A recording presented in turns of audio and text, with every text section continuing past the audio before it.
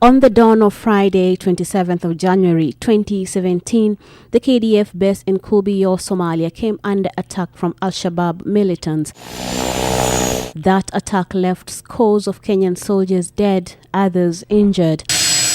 On the 28th, President Uhuru Kenyatta boarded the presidential plane for the AU summit, having made no statement on the attack, the dead or the wounded.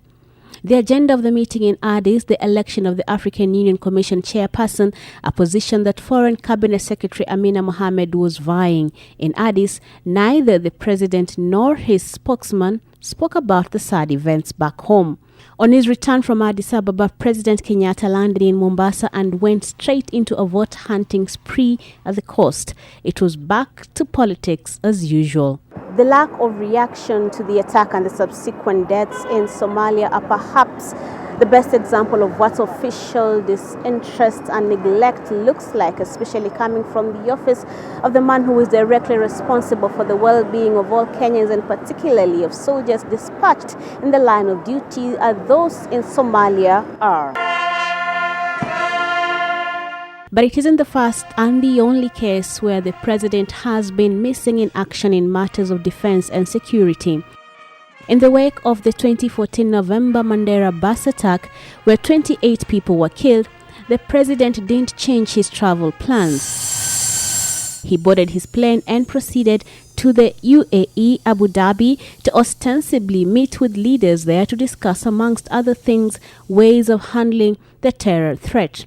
The country's rage was so palpable that when the next attack happened a week later in the same area, he cancelled a planned trip to Angola to address the issue, this time personally. When the Al-Shabaab struck again in Garissa, although the president addressed the nation almost immediately, he did not meet with the families of the bereaved or the survivors.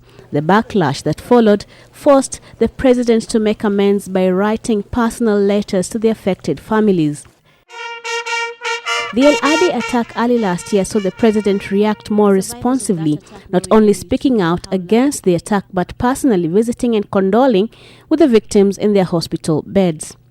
Consoling families of fallen soldiers is traditionally a role taken seriously by commanders-in-chief the world over. On Tuesday, U.S. President Trump recently flew to the home of the family of a Navy SEAL killed in last week's fateful Yemen operation to personally condole with the family.